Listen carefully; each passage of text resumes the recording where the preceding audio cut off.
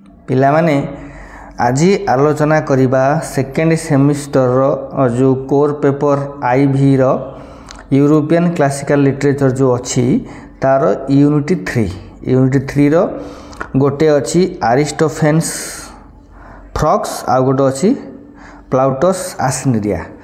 ଆଜି ଆଲୋଚନା କରିବା ଆରିଷ୍ଟୋଫେନ୍ସ ଫ୍ରକ୍ସ। ତ ପିଲାମାନେ ଏଇ ଯେଉଁ ଗ୍ରୀକ୍ର ଏଇଟା ଗୋଟେ କମେଡ଼ିଟା। ତେଣୁ ଆରିଷ୍ଟୋଫେନିସ୍ ତାଙ୍କର ଜନ୍ମ ଖ୍ରୀଷ୍ଟପୂର୍ବ 450 ଏବଂ ମୃତ୍ୟୁ ଖ୍ରୀଷ୍ଟପୂର୍ବ 388। ସେ ହେଉଛନ୍ତି ଜଣେ ପ୍ରାଚୀନ ଗ୍ରୀକ୍ ନାଟ୍ୟକାର ଯିଏକି ପ୍ରାଚୀନ କମେଡ଼ିର ମହାନ ପ୍ରତିନିଧି ଭାବରେ ଜଣାଶୁଣା। ତାଙ୍କର ନାଟକ ଗୁଡ଼ିକ 5ମ ଶତାବ୍ଦୀ ଖ୍ରୀଷ୍ଟପୂର୍ବର ଆଥେନୀୟ ଯେଉଁ ଏଥେନ୍ସ କଥା କହୁ ସେହି ସମାଜର ରାଜନୈତିକ ଏବଂ ସାମାଜିକ ଦିଗ ଉପରେ ଏକ ଗୁରୁତ୍ୱପୂର୍ଣ୍ଣ ଆଲୋକପାତ କରିଥିଲା। ଆରିଷ୍ଟୋଫେନିସ୍ ଆଥେନ୍ସର ଜଣେ ନାଗରିକ ଥିଲେ। ତାଙ୍କ ପିତାଙ୍କ ନାମ ଥିଲା ଫିଲିପ୍ସ। ତାଙ୍କ ପରିବାର ସମ୍ପର୍କରେ ଅଧିକ କିଛି ସୂଚନା ନାହିଁ, କିନ୍ତୁ ଆମେ ଅନୁମାନ କରାଯାଏ ଯେ ସେ ଏକ ସମ୍ଭ୍ରାନ୍ତ ପରିବାରରୁ ଆସିଥିଲେ। ସେ ଉଚ୍ଚ ଶିକ୍ଷିତ ଥିଲେ। ହୋମରଙ୍କ କାବ୍ୟ ସମେତ ସେତେବେଳର ଅନ୍ୟାନ୍ୟ ମହାନ ସାହିତ୍ୟିକ କାର୍ଯ୍ୟ ଗୁଡ଼ିକରେ ତାଙ୍କର ବିଶେଷ ଦକ୍ଷତା ଥିଲା।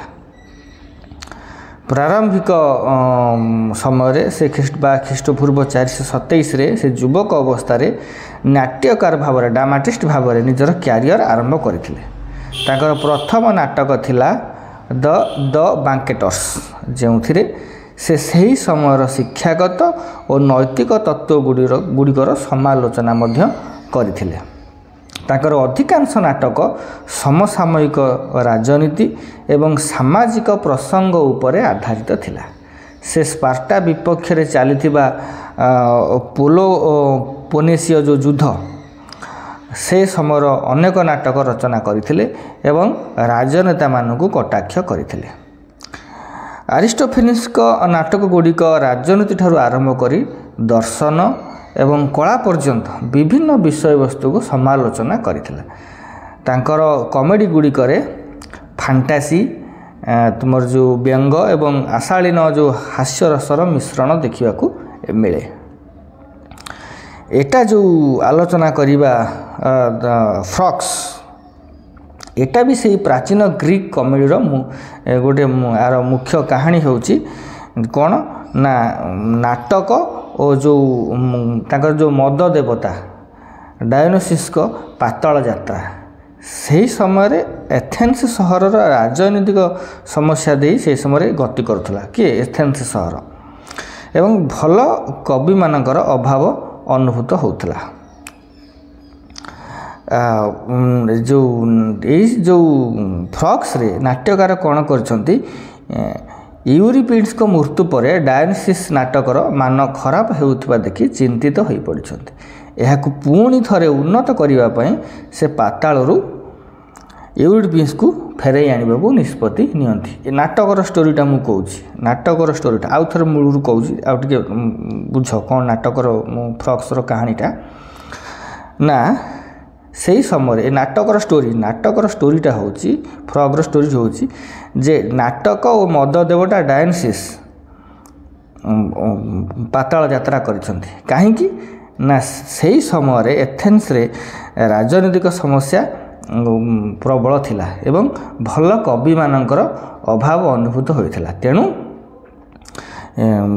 ଯେଉଁ ଡ୍ରାମାଟିଷ୍ଟ ୟୁରିପିଡ୍ସ ଥିଲେ ତାଙ୍କ ମୃତ୍ୟୁ ପରେ ଡାୟୋନିସସ୍ କ'ଣ କଲେ, ଦେଖିଲେ ନାଟକର ମାନ ଖରାପ ହୋଇଯାଉଛି, ତେଣୁ ଚିନ୍ତିତ ହୋଇପଡ଼ିଲେ। ତାକୁ ପୁଣି ନାଟକର ମାନକୁ ଉନ୍ନତି କରିବା ପାଇଁ ସେ ପାତାଳକୁ ଯାଇଛନ୍ତି ଏବଂ ୟୁରିପିଡ୍ସକୁ ଫେରାଇ ଆଣିବାକୁ ଚେଷ୍ଟା କରିଛନ୍ତି, କାହିଁକି ୟୁରିପିଡ୍ସ ଭଲ ନାଟକ ଲେଖିଥାନ୍ତି। ତେଣୁ ଡାୟୋନିସସ୍ ଏକ ବୀର ଭାବେ ପରିଚିତ ତାଙ୍କ ଭାଇ ହେରାକ୍ଲିସ୍ଙ୍କ ପୋଷାକ ପିନ୍ଧିଲେ ଏବଂ ତାଙ୍କର ଯେଉଁ କ୍ଲେଭର ସର୍ଭେଣ୍ଟ ଚତୁର ଚାକର ଜାନ୍ଥିଆସଙ୍କ ସହ ପାତାଳକୁ ଯାତ୍ରା କରିଛନ୍ତି। ଯାତ୍ରା ସମୟରେ କ'ଣ ହେଇଛି ନା ଡାୟୋନିସସ୍ ଓ ତାଙ୍କ ଯେଉଁ ଚତୁର ଚାକର ଜାନ୍ଥିଆସ୍ ଅନେକ ବାଧାବିଘ୍ନର ସମ୍ମୁଖୀନ ହୋଇଛନ୍ତି। ସେମାନେ ନଦୀ ପାର ହେବା ସମୟରେ ଡାୟୋନିସସ୍ ଏକ ବ୍ୟଙ୍ଗାତ୍ମକ ଭାବେ ବ୍ୟଙ୍ଗମାନଙ୍କ ସହ ଗୀତ ପ୍ରତିଯୋଗିତା କରନ୍ତି। ଏହି ବ୍ୟଙ୍ଗମାନଙ୍କ କୋଆକ୍ସ ଶବ୍ଦରୁ ଏହି ନାଟକର ନାମକରଣ ହୋଇଛି। ବୁଝିପାରିଲ ଏବେ? ତେଣୁ ପାତାଳରେ ପହଞ୍ଚିବା ପରେ ଡାଇନୋସିସ୍ ଦେଖନ୍ତି ଯେ ମୃତ ନାଟ୍ୟକାର ୟୁରିପିଡ୍ସ ଏବଂ ଏସ୍କିଲସ୍ଙ୍କ ମଧ୍ୟରେ କିଏ ସବୁଠୁ ଶ୍ରେଷ୍ଠ ସେ ନେଇ ଏକ ବଡ଼ ଯୁକ୍ତିତର୍କ ଚାଲିଛି। ଡାଇନୋସିସ୍ ଏହି ପ୍ରତିଯୋଗିତାର ବିଚାରକ ମାନେ ସେଠି ହୁଅନ୍ତି ଏବଂ ଉଭୟ ନାଟ୍ୟକାର ନିଜର ଶ୍ରେଷ୍ଠ କାବ୍ୟ ଓ ଯୁକ୍ତିକୁ ଉପସ୍ଥାପନ କରନ୍ତି। ଶେଷରେ ଡାଇନୋସିସ୍ ଏସ୍କିଲସ୍ଙ୍କୁ ବିଜେତା ଘୋଷଣା କରନ୍ତି, କାରଣ ଏସ୍କିଲସ୍ଙ୍କର କାବ୍ୟ ଓ ଜ୍ଞାନ ଆଥେନ୍ସର ମଙ୍ଗଳ ପାଇଁ ଅଧିକ ଉପଯୋଗୀ ବୋଲି ଡାଇନୋସିସ୍ ଭାବନ୍ତି। ଶେଷରେ କ'ଣ ହେଇଛି? ଡାଇନୋସିସ୍ ୟୁରିପିଡ୍ସକୁ ଛାଡ଼ି ଏସ୍କିଲସ୍କୁ ପୃଥିବୀ ପୃଷ୍ଠକୁ ଫେରାଇ ଆଣିଛନ୍ତି ଏବଂ ତାପରେ ଏସ୍କିଲସ୍ ବିଭିନ୍ନ ନାଟକ ଲେଖିକି ଏହି ନାଟକ ମାଧ୍ୟମରେ ଏଥେନ୍ସକୁ ଉନ୍ନତିର ପଥରେ ଆଗେଇ ନେଇଛନ୍ତି। ଏଇଟା ହେଉଛି ଆରିଷ୍ଟୋଫେନ୍ସଙ୍କର ଫ୍ରକ୍ସର ସର୍ଟ ସମରି।